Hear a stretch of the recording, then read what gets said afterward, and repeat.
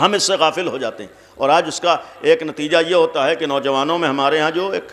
دوسروں کی دیکھا دیکھی، شہروں میں یہ بلا زیادہ ہے، یہ دوستی کا جو ایک کھیل کھیلا جا رہا ہے نامحرم کے ساتھ، بوائے فرینڈ اور گرل فرینڈ کا جو معاملہ آج ہمارے ہاں ہے، اس میں آدمی یہ بھول جاتا ہے کہ یہ چند روزہ معاملہ نہیں ہے، یہ ایک نسلوں کی ذمہ داری ہے جو ہمارے کندھوں کے اوپر ہے۔ یہ دوستی کرنے والے اس بات کو بھول جاتے ہیں کہ چند دنوں کی زندگی گزار لینا یہ لطف اندوز ہو جانا نہیں ہے، ایک بہت بڑی ذمہ داری ہے جسے ہمیں ادا کرنا ہے، اور ادھر ادھر دوستی کے نتیجے میں کبھی اچھی نسل سامنے نہیں آ سکتی، حرام دوستیوں کے نتیجے میں کبھی بھی پاک و پاکیزہ نسل سامنے نہیں آ سکتی ہے، اور یقین رکھیے آج بہت حد تک گھروں میں مصیبتوں کے مسائل اسی غلط دوستیوں کے نتیجے میں بھی ہوتے ہیں۔ آج ایک جملہ بہرحال حساس عرض کروں گا، قرآن کی ایک آیت ہے کہ اللہ کی نشانیوں میں سے، سورہ روم کی آیت آپ نے پڑھی ہوگی، اللہ کی نشانیوں میں سے ایک نشانی یہ ہے وَمِنْ آيَاتِهِ أَنْ خَلَقَ لَكُم مِّنْ أَنفُسِكُمْ أَزْوَاجًا، اللہ کی نشانیوں میں سے ایک نشانی یہ ہے کہ اس نے تمہارے ہی درمیان سے تمہاری بیویاں بنائیں، لِتَسْكُنُوا إِلَيْهَا تاکہ تم سکون حاصل کرو، قرآن کے الفاظ پہ توجہ دیجیے گا، لِتَسْكُنُوا إِلَيْهَا تاکہ تم سکون حاصل کرو،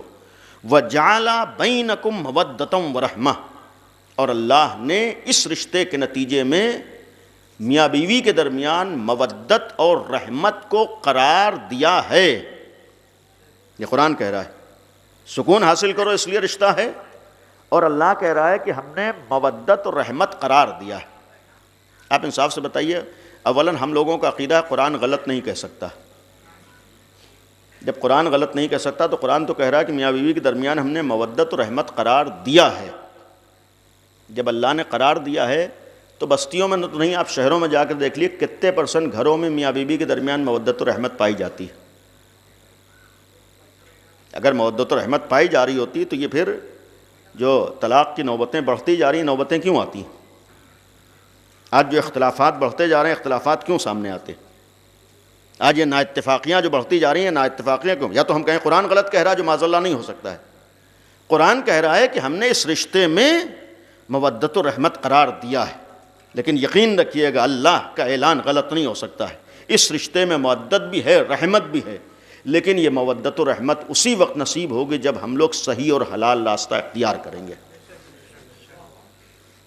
جب ہم صحیح راستے پر آئیں گے تب مودت و رحمت ہوگی۔ آج یہ نئے رشتوں میں جو بن نہیں پاتی ہے، نوجوانوں کے لیے عرض کر رہا ہوں، نہیں بن پاتی، اس کی وجہ یہ ہوتی ہے کہ جو مودت و رحمت اللہ نے نکاح کے صدقے میں رکھا ہے، اس مودت و رحمت کا استعمال غلط طریقے سے جب پہلے کر لیتے ہیں تو اصلی محبت ختم ہو جایا کرتی ہے۔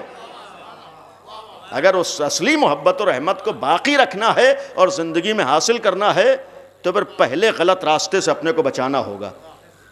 ہم دنیا والوں کو نہ دیکھیں دنیا کے اس راستے بجائے، ہماری زندگی کیسے کامیاب ہوگی، ہماری زندگی کامیابی سے کیسے ہمکنار ہوگی۔